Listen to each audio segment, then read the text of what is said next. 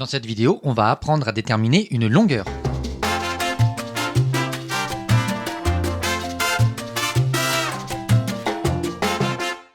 Alors pour ça, on va se placer dans le plan et on va considérer deux points A et B dont on donne les coordonnées.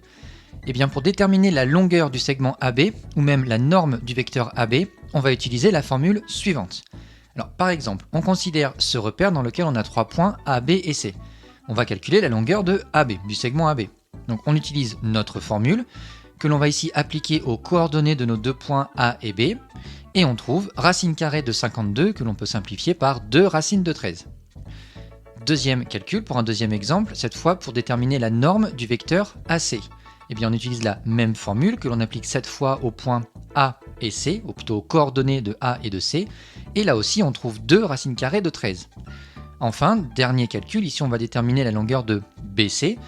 On utilise notre formule, on applique à l'aide des coordonnées des points B et C, et cette fois on trouve 2 racines carrées de 26.